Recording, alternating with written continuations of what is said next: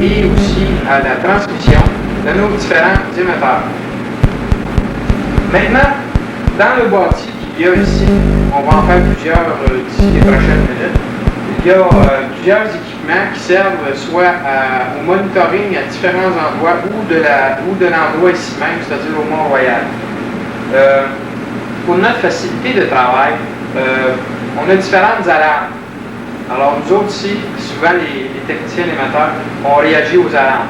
Je peux vous en simuler une pour voir ce qui va se passer. Disons que je vais couper le signal vidéo démodulé du canal 2. Alors ça simule que mon émetteur ne modulerait plus. Alors tranquillement, je m'en viens ici et je vais faire ceci. Alors là, dans quelques secondes, vous pouvez entendre. Alors le technicien sait automatiquement quelle sorte de type d'alarme il peut avoir. Évidemment, si j'ai une perte de porteuse, soit visuelle ou de son, ou soit d'un émetteur FM, ou si le son est absent plus d'une minute, j'ai tous ces alarmes-là qui peuvent m'apparaître ici, ainsi que des alarmes de température, s'il y a des émetteurs qui surchauffent. Si l'émetteur fait, par exemple, il y a trop de TOS, taux d'onde stationnaire, ça va provoquer une surcharge à l'émetteur qui va s'arrêter de lui-même par sa séquence interne logique. Automatiquement, il n'y aura plus de porteuse, donc automatiquement, je vais avoir une alarme. Donc, partout où je suis dans la bâtisse, je vais le savoir. Admettons que je suis tout seul. Parce qu'on n'est pas constamment à vérifier les cadrans à 24 heures par jour. On a d'autres différentes tâches, comme l'équipement connexe ici, et de nos différents sites. Dans le Québec, on a beaucoup d'émetteurs, alors on s'occupe aussi de les réparer, c'est-à-dire de voyager. Et tout l'équipement qui sert à moduler à ces endroits-là, on les maintient.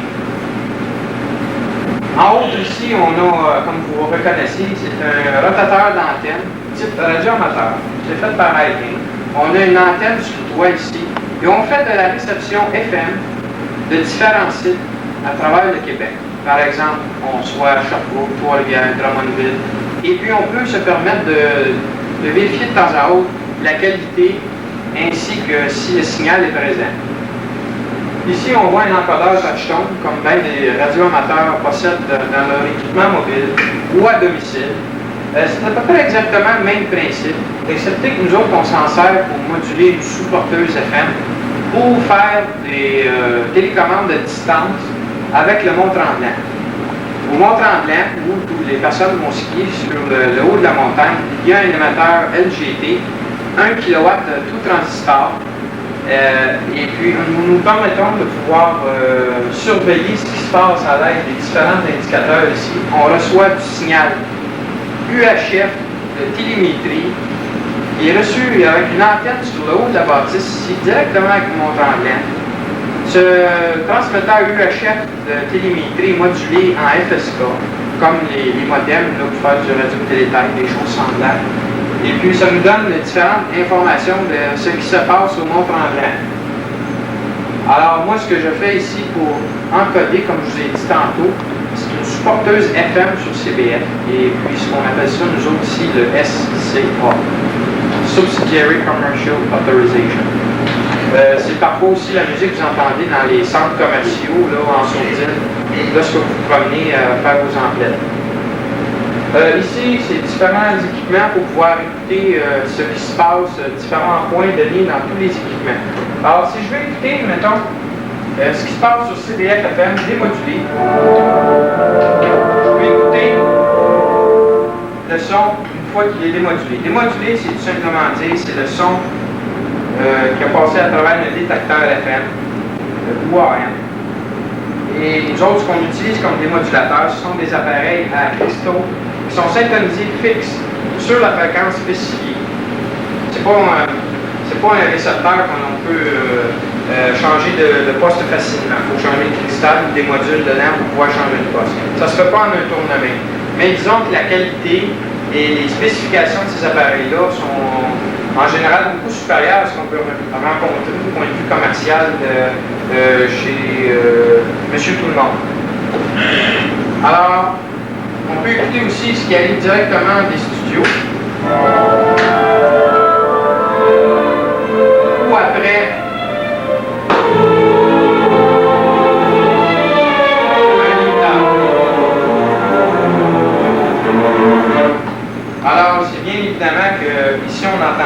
espèce de bruit de fond causé par le sillon du disque. On peut attendre tout ce qui se passe au point de vue avant et après modulation. Alors on peut savoir si le trouble vient des studios ou si le trouble est généré par nous autres. Alors ici on a un indicateur VMètre qui nous sert à vérifier le volume unit. Et pour 0 BU, un standard à Radio-Canada correspond à plus 8 dBm. Or 0 dBm correspond à 1 mW. Et en audio, l'impédance ici est toujours de 600 ohms. Et en RF, l'impédance est de 50 ohms pour un étage RF de transmettant ou d'oscillateur. À 75 ohms, c'est tout ce qu'il y a de vidéo pour alimenter les différents modulateurs. Exception faite dans le micro-ondes, tout ce qui est RF est à 75 ohms, mais ceci est une exception. Alors, ici, on a de l'équipement pour écouter le son de CBF-FM. C'est ni plus ni moins un récepteur radio avec différents ajustements ici pour pouvoir analyser la stéréophonie, la modulation. Alors, on a le droit à 60 kHz de déviation en FM. C'est des règlements prescrits par le ministère des Communications et que la Société Radio-Canada suit et est beaucoup en deçà de ces normes-là. Ça veut dire que les normes de Radio-Canada, souvent, sont plus strictes que celles du ministère des Communications. Alors, aussi, il y a l'équipement d'entrée et des Volumax ou des TFL, comme on le voit ici. Ce sont des équipements qui empêchent la surmodulation ou la surdéviation dans le cas d'un émetteur FM. Pour pas, si vous voulez, causer de la distorsion ou être en dehors des limites prescrites par le ministère des Communications. Maintenant, je vais me rapprocher tranquillement un peu plus de ce côté ici. Ici, c'est la même chose, excepté c'est pour le son. On a des récepteurs, mais seulement pour le son des télévisions du canal 2 et du canal 6. Alors, encore là, il y a différentes possibilités, soit d'enlever ou de mettre la préaccentuation, la désaccentuation du côté réception. Les Volumax ou les TFL, qui sont des appareils, comme je disais, pour protéger la surmodulation, peuvent être enlevés ou être mis la préaccentuation pour... j'ai une alarme, si vous pouvez me permettre. C'est une fausse alarme que j'ai eue présentement ici sur le réseau ANIC. Le réseau ANIC alimente toutes les localités éloignées au Québec et au Canada. Alors, c'est un satellite géostationnaire qui sert à la diffusion de programmation radio et télévision, comme par exemple aux Inuits ou les Esquimaux, si vous préférez, parce qu'il n'y a pas de poteau de téléphone qui se rend jusque-là. Pour alimenter soit en son ou en télévision ces localités éloignées. Alors, ce système-là nous permet tout simplement de vérifier s'il y a des intrusions, s'il y a des émetteurs qui font défaut, ou que la température est élevée, ou l'électricité qui monte sur un site de micro-ondes. J'entends dire par micro-ondes, tout simplement, ce qui achemine le signal des studios de Radio-Canada jusqu'à Rivière-Rouge, ou de Rivière-Rouge, on envoie ça au satellite, et le satellite, lui, redistribue ça partout au Canada. Évidemment, aussi de Rivière-Rouge, on peut recevoir de différentes localités au Canada. Par exemple, les Jeux de Calgary ont été diffusés par satellite, et puis ça s'est emmené par satellite jusqu'à Montréal. Alors, tout se fait de cette façon-là maintenant. Ici, c'est de l'équipement qui sert à la chaîne du canal 2, pour moduler l'émetteur. Alors ici, on a la forme d'onde vidéo qui va aller jusqu'à l'émetteur avant d'être modulé. Et puis, ce que l'on voit ici, c'est une représentation sur oscilloscope, si vous voulez. Alors, tout là, on voit les lignes et les différents signaux. Sur l'intervalle de champ vertical, peut-être que Claude pourrait se rapprocher beaucoup plus de l'appareil ici. On pourrait mettre un peu plus d'intensité et améliorer le focus. Alors ici, on voit des lignes qui barbouillent. Ceci, c'est de l'information télétexte, ou si vous voulez, télédon. Il y a aussi télécaption, ce qu'on appelle pour les personnes handicapées auditives. Alors, on transmet en télécaption. Ça prend un décodeur pour ça, bien entendu. Alors, durant l'intervalle de temps vertical, on transmet de l'information qui sert à analyser la qualité à travers du réseau. Alors, ces différents tests-là peuvent être faits à tous les jours. Ils peuvent être analysés automatiquement ou par intervention humaine. De ce côté ici, on est déjà passé, c'était le réseau ANI. Et ici, c'est tout simplement le côté, si vous voulez, de la chaîne CPMT qui est tout à fait similaire. Alors, nous pouvons continuer notre visite. Cette fois-ci, on est juste un petit peu plus éloigné dans les bâtiments. Et puis, j'ai rapproché de l'équipement que l'on se sert en télévision pour analyser ce qui se passe avec un émetteur TV. Alors, juste ici, on a un appareillage assez complexe qui sert à balayer les bandes latérales de télévision, à analyser aussi tous les genres de distorsions qui peuvent se produire, de linéarité, de phase, de couleur, de modulation et beaucoup d'autres tests aussi. Alors cet appareil-là ici était fait en Allemagne et c'est du Rohde & Schwarz. Il y a d'autres sortes d'équipements aussi qui servent comme du Tektronix, qu'on se sert beaucoup aussi, et de l'équipement japonais aussi, comme le Asaka, qui lui est un peu spécial cette fois-ci. C'est pour analyser des distorsions de délai de groupe dans le temps. Alors ça paraît un peu complexe, là, mais c'est le retard de certaines fréquences par rapport à d'autres.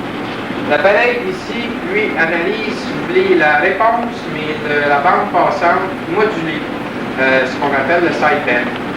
En télévision, on transmet VSB, c'est-à-dire Vestigial Sideband en anglais, ou si vous voulez, à bande latérale, comment est-ce qu'on pourrait dire, supprimée, mais il y a une partie qui est supprimée. Dans le cas de télévision, juste la partie inférieure est supprimée. Alors lorsqu'on dit la bande latérale unique haute est gardée pour transmettre toute l'information. Alors c'est beaucoup plus qu'un radio amateur qui, en général, pour transmettre la voix, ou comme dans un téléphone, ça prend à peu près une bande de 3 kHz. En télévision, ça nous prend 4,5 MHz pour transmettre toute l'information vidéo, soit noir et blanc et couleur. Alors, différents tests qu'on peut faire, je vais vous le montrer tout de suite à l'aide du générateur Tektronix. Et juste ici, en regardant sur la télévision et en même temps sur le webphone. Si tu veux, Claude, nous rapprocher un petit peu. Alors là, on va aller passer tout de suite à un test comment on se sert. Alors, je vais passer différents. C'est un appareil digital. Je vais passer différents tests qui peuvent servir. Alors, ici, on a un test composite avec des escaliers, comme on voit ici. On va essayer de mettre ça plus intéressant. Bon, comme ça. Alors, il y a aussi une fenêtre pour vérifier la modulation, le pourcentage de modulation en télévision. En télévision, on ne module pas tout à fait à 100%, à 87,5%. Alors, le 12,5 qui reste, c'est une espèce de protection pour éviter comme un buzzage dans le son quand il y a du lettrage ou quand il y a des niveaux blancs élevés, des niveaux blancs. Alors, en télévision, on transmet en modulation négative, c'est-à-dire que plus l'image est blanche, plus le transmetteur tire moins de courant de plaque. Plus l'image est noire, plus le courant de plaque est élevé, que l'énergie demandée pour transmettre est élevée. Ce test-ci nous permet de vérifier des délais de groupe ainsi que des linéarités de transmission de linéarité en gain différentiel ou en linéarité basse fréquence en cas du noir et blanc, ainsi que la phase. Alors si on transmet un niveau blanc par rapport à un niveau noir, puis la phase n'est pas pareille, mais ça veut dire qu'il n'y aura pas la bonne couleur. Ça veut dire aussi que si la linéarité n'est pas bonne, la saturation de la couleur ne sera pas bonne. Parfait? On continue? Alors, ici, on a un test d'onde pulsée ou multiburst. Alors, c'est un train d'onde. C'est ni plus ni moins qu'un test statique pour faire la réponse en fréquence. Alors, il y a différentes impulsions à basse et à haute fréquence qui nous permettent d'analyser les radars. Ici, on a une rampe modulée qui nous montre faire des tests aussi de linéarité encore une fois. Alors là, pour aller plus rapidement, on va continuer comme ça. On a une fenêtre bleue. Ça, c'est ce qu'on appelle le Pink Panther. Pas tout à fait rouge, mais c'est plutôt ça le Pink Panther. C'est ici. Alors là, on a les barres couleurs un peu conventionnelles, une fenêtre. Ah, ici, on a un test vraiment qui combine à peu près tout.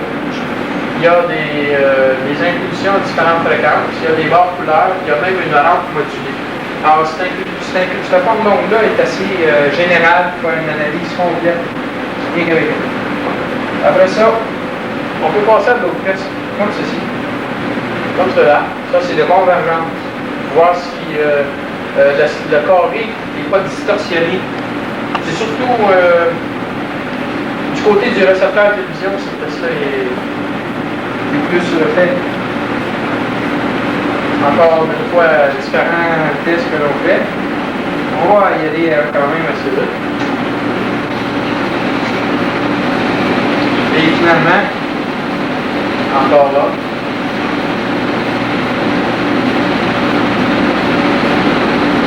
Alors ici aussi, on a une espèce de combinaison couleurs et de points avec des carrés. Une fenêtre carrée tout simplement. Et encore des barres couleurs. Maintenant, on peut faire un test beaucoup plus drastique. C'est qu'ici, on a une espèce de va-et-vient entre un niveau noir et un niveau blanc. Ça nous permet de vérifier la régulation de l'émetteur et si ça ne cause pas. Là, vu que le courant de plaque se promène pas mal, c'est dur sur les blocs d'alimentation. Et voir aussi si, dans un cas extrême ou dans un cas moins fatigant, les caractéristiques se maintiennent. On va revenir normal. Alors, c'est ce qui était au point de vue vidéo, les différents tests qu'on peut utiliser. Maintenant, quand on balaye un émetteur, on va ici, tout simplement, tu peux rester comme ça avec l'autre. On va aller vérifier. Alors ici, on voit une espèce de barbouillage qui se promène. On peut peut-être aller beaucoup plus tranquillement. Ou même manuellement. En fréquence. On peut balayer manuellement. Alors là, je balaye dans tout le spectre vidéo. Alors, ça peut me donner la réponse de mon émetteur si je regarde après avoir démodulé tout cela. Ou avec un analyseur vraiment spécifique, aller voir les bandes latérales. Alors, si on peut regarder ici aussi, on va changer de sujet. Alors, ce que l'on voit ici, c'est ni plus ni moins que des récepteurs micro-ondes qui sont reliés, si vous voulez, avec des coupoles dirigeables, dans le cas des rotateurs. C'est un rotateur d'antenne, mais ici, ils font tourner des secours pour faire des émissions extérieures, soit une émission comme le jour du Seigneur, le dimanche. Et puis aussi des événements sportifs, les héros du samedi par contre, des nouvelles comme l'inauguration de la nouvelle station que j'ai vue au métro dernièrement. Alors ceci nous permet de faire des émissions remote ou à endroits éloignés. Et on a aussi un radio-téléphone pour parler avec la wagonnette des journalistes ou du corps de reportage. Ici, ces deux-là, ils servent en cas de secours. Si l'alimentation vidéo qui vient du studio fait défaut par des liens de la compagnie Bell Canada, alors on peut utiliser nos propres liens de secours. Ici, juste un petit peu en arrière de moi, à Brossard, nous avons deux émetteurs en ondes de 50 kW chacun, avec deux émetteurs d'urgence qui sont de 50 kW. Ça fait 4 émetteurs en réalité, mais deux en ondes seulement. Alors, on peut analyser et transférer sur des émetteurs de secours à Brossard via ces commandes-là ici. Encore une fois, ça se passe par FSK. S'il y a quelqu'un qui rentre, c'est un émetteur qui fait défaut, s'il n'y a plus de modulation, on peut tout savoir ce qui se passe de ce côté-là. S'il feu le bris dans la bâtisse, s'il manque d'électricité et que la génératrice est partie, on va tout savoir ça par ça. Et puis, on peut même faire des commandes à distance, comme je vous le disais. Parfait. Alors, ici, nous sommes à l'extérieur, sur le Mont-Royal. On peut remarquer la structure de la tour de transmission de Radio-Canada et des postes privés. Alors, les antennes en Z sont sur le côté, ils servent à Radio-Canada. Alors, les émetteurs du canal 6 et FM sont dans des zigzags les plus gros au top, là en haut, sur les quatre côtés de la structure carrée. Parce qu'on voit les tuyaux qui montent, ce sont les lignes de transmission qui alimentent les antennes. Alors, au lieu d'être un petit coax, là, ça prend de la grosse plomberie comme ça pour pouvoir amener l'énergie aux antennes. Les coupoles que vous voyez servent à faire les émissions extérieures, là, comme je vous ai expliqué tantôt. Et puis, en haut, il y a les antennes de Radio-Québec, Télémétropole et de CFCF, ainsi que 4 postes FM qui sont duplexés dans la même antenne. Alors, cette tour-là mesure à peu près 300 pieds et je peux dire aussi qu'il y a des projets pour qu'elle soit un petit peu plus élevée afin que Radio-Canada puisse changer toutes ses antennes pour avoir une meilleure radiation dans la région métropolitaine. Alors, cette antenne-là peut supporter jusqu'à 1 pouce de glace avec des vents au-dessus de 100 000 à l'heure. Et aussi, lorsque la température est douce, c'est-à-dire au niveau du point de congélation de l'eau, les antennes sont dégivrées automatiquement. Alors, dans ces cas-là, les véhicules qui sont proches de la structure portante là, de la tour, faut qu'ils soient éloignés parce que souvent, il y a des plaques de glace qui peuvent tomber et même endommager à l'occasion certaines choses dans l'équipement de transmission sur le Mont-Royal. Alors ici on regarde Alors ici on peut remarquer une antenne stackée FM qui peut servir à plusieurs communications. Ici dans le cas de cette antenne-là, c'est la réception de VA2 MRC. Qui s'en va jusqu'au répéteur qui est dans la cave de la bâtisse ici. L'antenne de transmission est située dans la tour. Et puis, c'est ce qui peut expliquer à l'occasion que la transmission est meilleure que la réception. Sur le toit aussi, il y a des antennes télévision qui nous servent tout simplement à regarder différents postes là, dans les alentours pour le monitoring aux techniciens ici.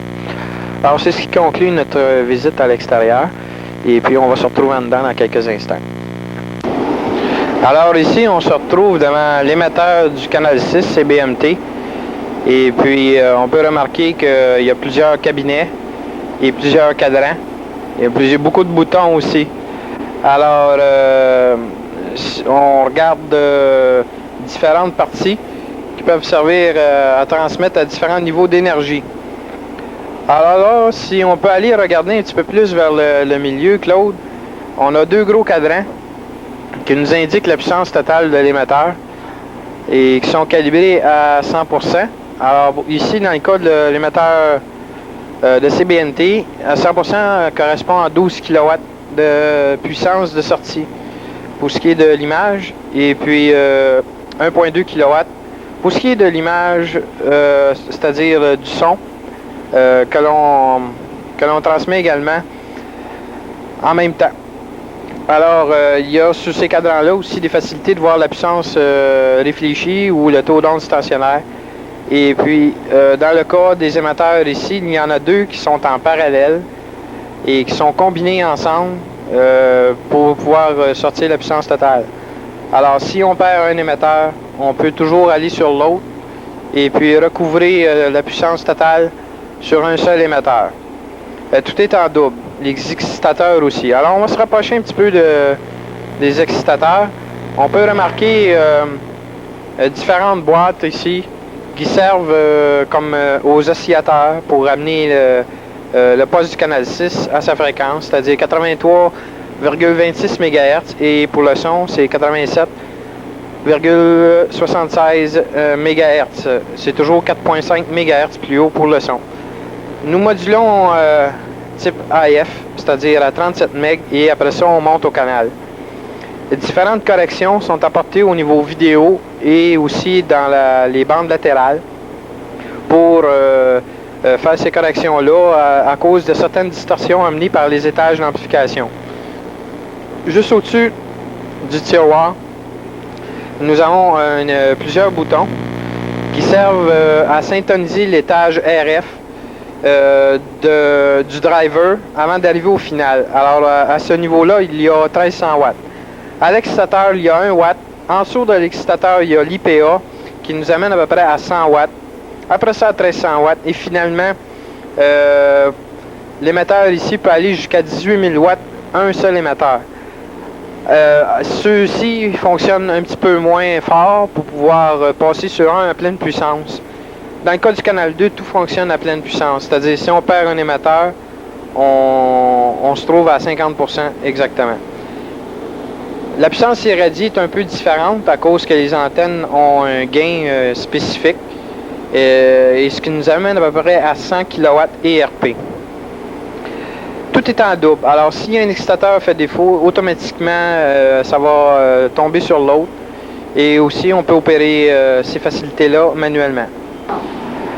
Alors, l'équipement que vous voyez tout à fait au bas, si on peut se rapprocher encore un petit peu, Claude, là, oui, c'est ça. Ça, c'est un récepteur télévision. Alors, ça, excepté qu'il manque le tube écran cathodique. Alors, on prend un moniteur qui est branché à la sortie de ça, et puis cet appareil-là, c'est plus ou moins un appareil qui coûte à peu près 15 000 $ qui est fait en Allemagne.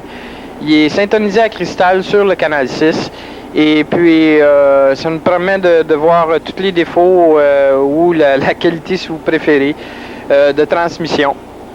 Alors, toutes les petites bébites et puis les bonnes bébites, on peut les analyser avec ça. Alors, c'est un démodulateur vidéo, tout simplement. OK. Alors ici, on s'est retourné vers l'armoire des pièces pour l'émetteur télévision.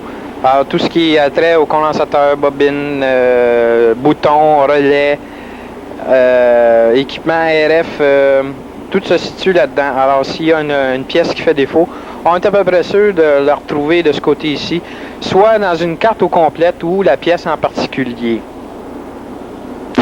Alors ici, on se retrouve dans un endroit assez bruyant. Je vais parler un petit peu plus fort. À l'arrière de l'émetteur de CBMT, où on peut voir un paquet de tuyauterie, un paquet de tuyaux, de canisses, de cylindres.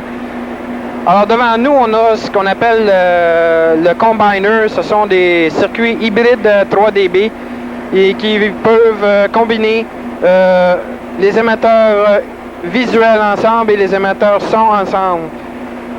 Ce qui combine le son et l'image ensemble porte un nom un petit peu différent, c'est un diplexeur.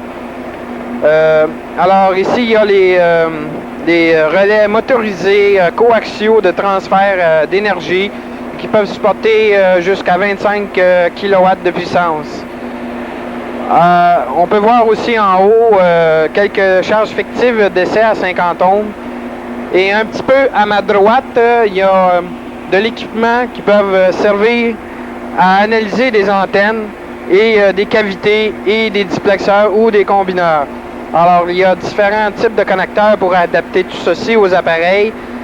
On voit un analyseur de spectre et des générateurs de fréquences et aussi un balayeur automatique de type Wiltron qu'on peut dire RF Spectrum Analyzer. Un petit peu plus à ma gauche, ici, on a ce qu'on appelle un diplexeur son-image. Et si il y a des choses qui ne vont pas bien à l'antenne, la puissance va être rejetée dans une charge fictive qui peut absorber jusqu'à à peu près 2000 watts maximum. Alors ceci est un équipement absolument essentiel. Le diplexage se fait à haut niveau, c'est-à-dire à haute puissance, au lieu de se faire à basse puissance, pour éviter d'avoir des intermodes dans les étages RF. Un petit peu à notre gauche, un peu plus loin, on voit d'autres sortes de diplexeurs, mais tout simplement ceux-ci servent à mélanger des postes FM avec des postes de télévision dans la même antenne. C'est ce qui fait que l'on retrouve CBM-FM à 3 kW, ainsi que CBF-FM à 16 kW, avec l'émetteur de télévision CBMT. Alors CBFT, lui, se retrouve tout seul dans sa propre antenne. En haut, au plafond, nous pouvons voir, juste un petit peu à gauche, Claude, on peut voir un diplexeur un peu plus gros, et celui-ci, c'est pour CBFT télévision. Ça a l'air un peu d'une espèce de navette spatiale. Alors, on se retrouve ici dans une autre pièce qui a beaucoup d'émetteurs FM. Devant nous, on a un émetteur de 2 kW FM qui sert en urgence seulement en cas qu'un un de nos deux autres émetteurs réguliers en ondes fasse défaut. Alors, c'est un émetteur d'urgence. Alors, on peut voir dans le cabinet à gauche, vers le milieu, où il y a un espace ouvert, un excitateur de 25 watts, FM stéréo. Et puis, cet excitateur-là est d'urgence aussi. Un petit peu plus en bas, on voit une espèce de cadran avec deux aiguilles. Alors, tout ceci, c'est un wattmètre avec puissance incidente et puissance réfléchie pour pouvoir syntoniser l'entrée RF du tube final de 2 kW. Alors, on alimente 25 watts dans un tube qui peut en donner à peu près 2000. Exactement, c'est à peu près 16 watts qui est nécessaire pour avoir 2000 watts à la sortie. Les cadrans qui sont en haut, il y en a plusieurs qui servent, si vous voulez, à surveiller la tension de plaque, le courant de plaque, tension et courant de grille écran et le bias, ou si vous voulez, la polarisation sur les autres grilles. Évidemment, il y a des circuits de contrôle aussi pour toute la logique de départ, d'arrêt, ainsi qu'en cas qu'il y ait des surcharges sur l'émetteur.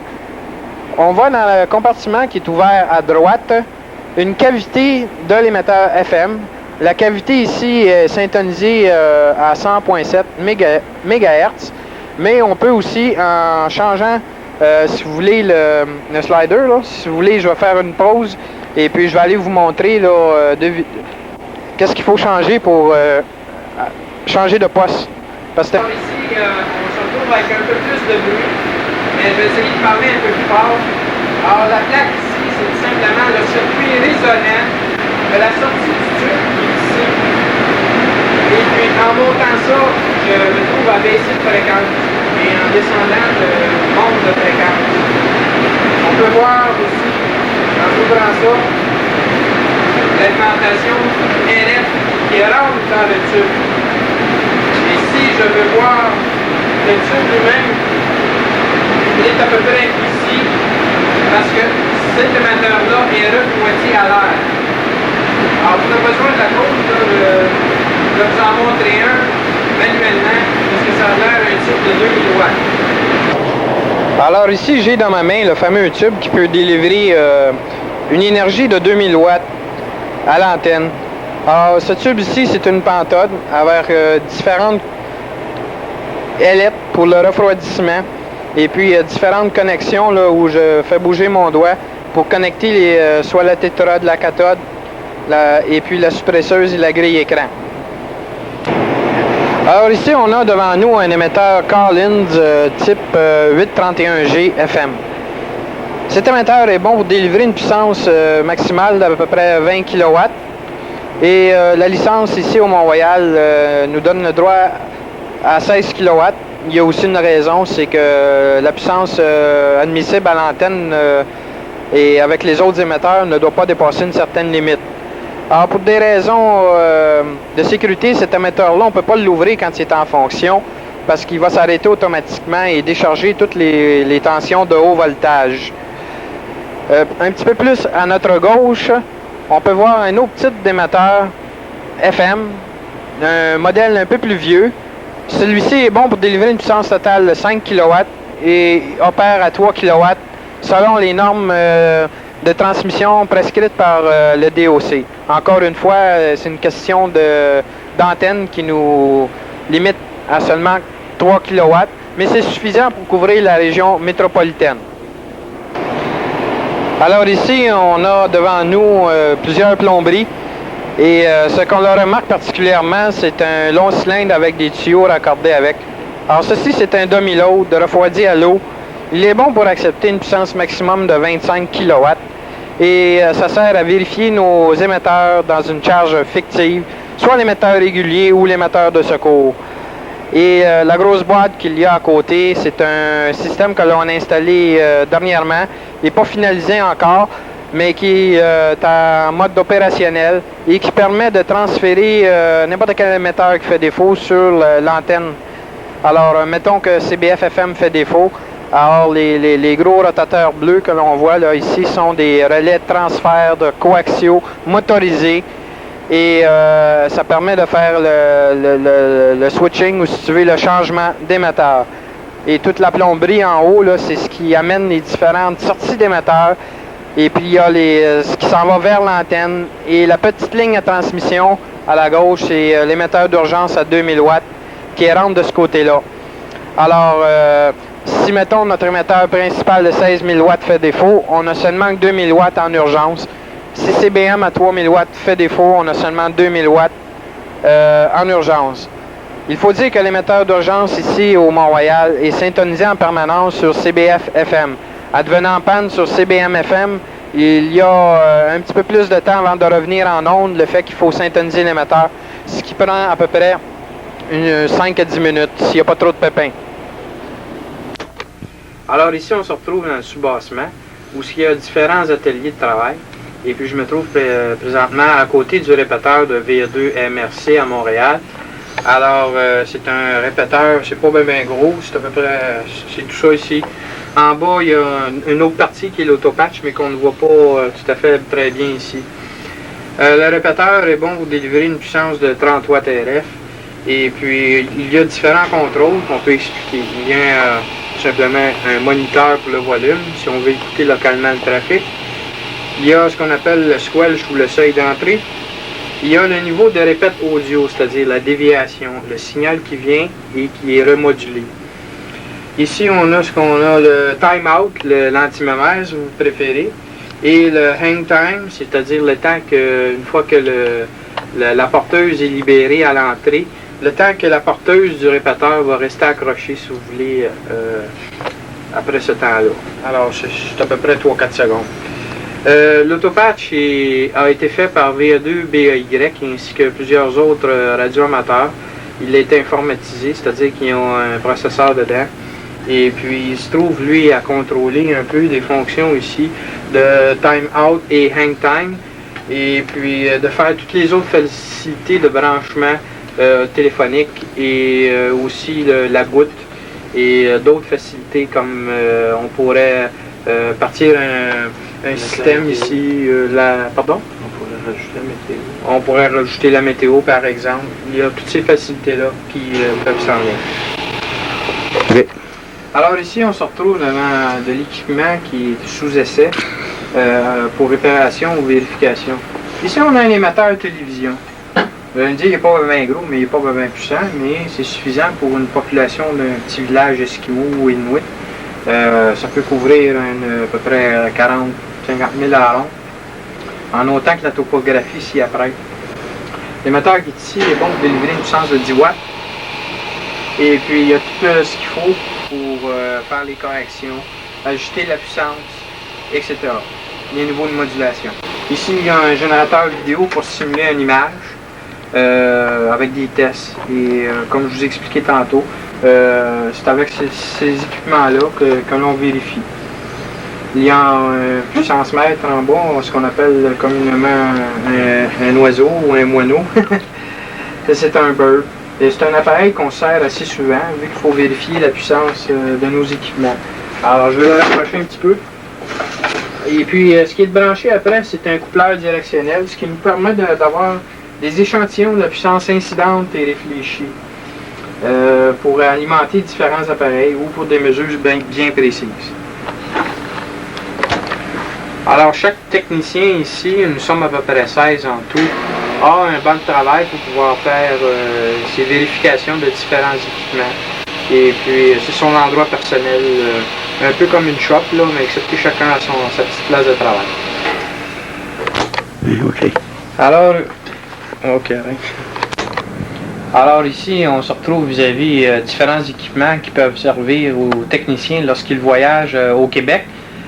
Alors, il y a différents instruments pour analyser le vidéo, le RF ou l'audio, ou tout simplement des oscilloscopes et puis des analyseurs de bande spectrale. Alors, ces équipements ont leur caisse de transport afin d'éviter des endommagements durant le transport. Et puis, ces équipements-là, en général, demeurent ici pour pouvoir être transportés ailleurs. Ça veut dire qu'ils ne demeurent pas sur les sites de transmission.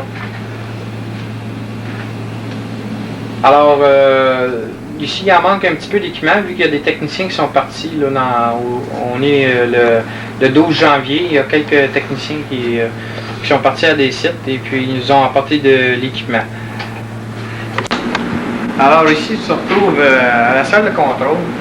Nous avons devant nous un micro-ordinateur que l'on a baptisé du nom de SEAS, tout simplement pour dire que c'est un système informatisé de surveillance d'émetteurs. Alors, ceci nous permet de vérifier nos différents émetteurs en province pour savoir les différents paramètres comme niveau de puissance, niveau d'alimentation audio, si il y a des problèmes d'électricité, etc. Alors, le menu nous indique plusieurs choses, comme quel site qu'on a de répertorier, si on veut appeler un site, et aussi on peut dire qu'un site peut appeler l'ordinateur ici, advenant qu'il y ait un changement dans les données, ou qu'il y ait quelqu'un qui rentre, ou que la température soit trop élevée, ou que l'émetteur fasse défaut, tout simplement. Alors, le dernier appel que l'on a eu, c'était hier, le 11 février, à 16h10, il y a eu un appel de Saint-Michel-des-Saints. On pourrait peut-être aller voir qu'est-ce qui se passe à Saint-Michel-des-Saints. Alors là, je vais faire un appel avec une commande aussi. Alors, je vais passer tout simplement dans le menu. Alors là, Claude, tu peux te rapprocher un petit peu. Alors, il me demande l'ordinateur si je veux la liste des sites. Je peux lui répondre que oui. Alors là, il me dit que j'ai 4 sites en mémoire.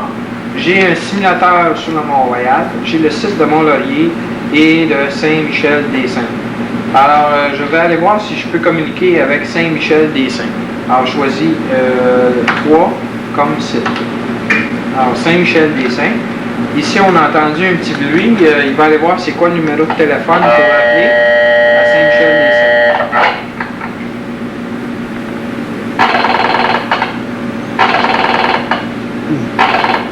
Le modem est en train de signaler ici.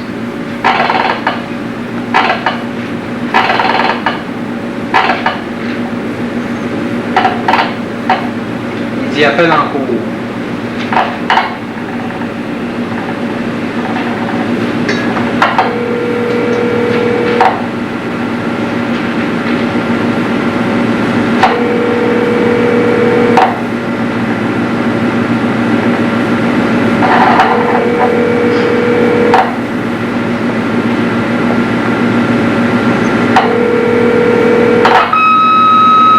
Ici, on entend la tonalité de réception et les données qui vont se transmettre.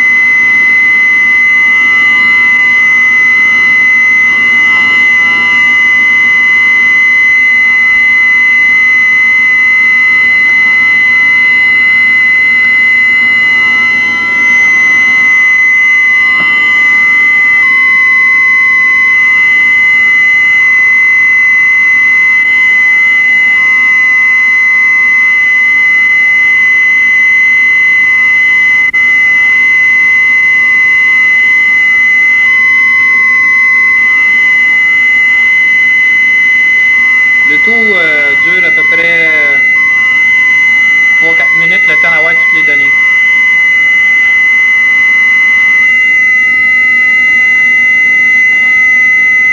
OK.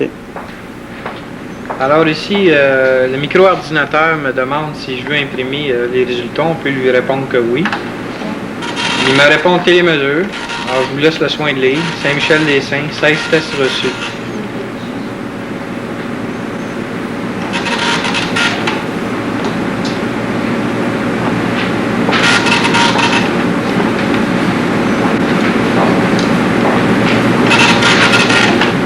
Il va me dire aussi avec un astérix s'il y a des lectures qui sont trop élevées ou trop basses. Dans le cas ici, il y a, juste ici, on a trop haut. La puissance est 121 watts au lieu de 100 watts.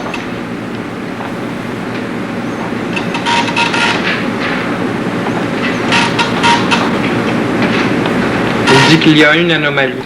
Alors le site est programmé qu'on peut choisir que s'il y a plus que 2 ou 3 ou une anomalie, ça va appeler automatiquement à la région de Montréal pour nous donner des résultats. On va continuer. Il me dit télécommande possible. Alors là, je peux lui signifier que j'ai fini de communiquer avec lui, que je veux faire un test, que je veux vérifier si la surveillance de porte est bonne. Je vais faire une autre télémesure, et puis que je peux mettre aussi la télémesure en arrêt, c'est-à-dire qu'il n'appelle plus à Montréal. Alors là, je vais tout simplement dire que j'ai terminé. Alors là, le système n'a pas affiché ce que j'ai demandé dans les appels passés parce que c'était pas un appel préprogrammé, mais un appel programmé tout de suite. Alors là aussi, on peut aller voir différentes choses comme comment programmer un site. Alors là, je vais y aller tout de suite.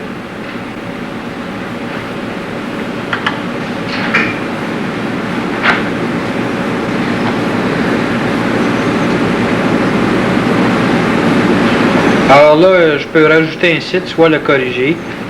Et ce qui m'intéresse ici, c'est les séquences et nomenclatures de tests. Alors, je fais la sélection numéro 4. Alors là, je peux préparer une nouvelle nomenclature, avoir la liste des nomenclatures. Et dans mon cas ici, je vais regarder c'est quoi la liste des nomenclatures.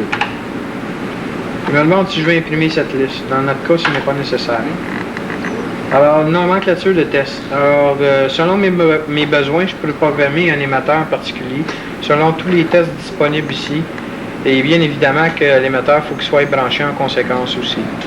Alors là, pour vous donner quelques aperçus, il y a des choses comme pression de ligne de transmission. Nos lignes de transmission, on met de l'air dedans pour éviter que de l'eau s'infiltre dedans en cas qu'il y ait une fissure ou quelque chose comme ça. Si les dégivreurs d'antenne fonctionnent l'hiver. Si on retransmet à partir d'un signal reçu d'antenne, alors là, on peut savoir quel est le niveau en millivolts que l'on soit de l'antenne. La température de différents émetteurs. Et puis, quelle est les puissances son-image ou les puissances de l'émetteur FM. Alors, tout ceci, on peut programmer en fonction d'un site. Alors, on va revenir à notre menu principal. Alors, ceci est un outil de travail très, très intéressant qui peut nous permettre aussi de faire de la gestion ici au Mont-Royal en tant qu'inventaire de pièces. Alors, il y a aussi, s'il y a un appel passé que je veux revoir, je peux lui demander de l'imprimer.